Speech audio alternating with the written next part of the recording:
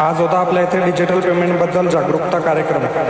ATM कार्डची माहिती टाका आणि OTP ने सत्यापित करा. तुम्ही तुमच्या मोबाईलचा वापर करून कुठेही कधीही त्वरित पैसे पाठवू शकता.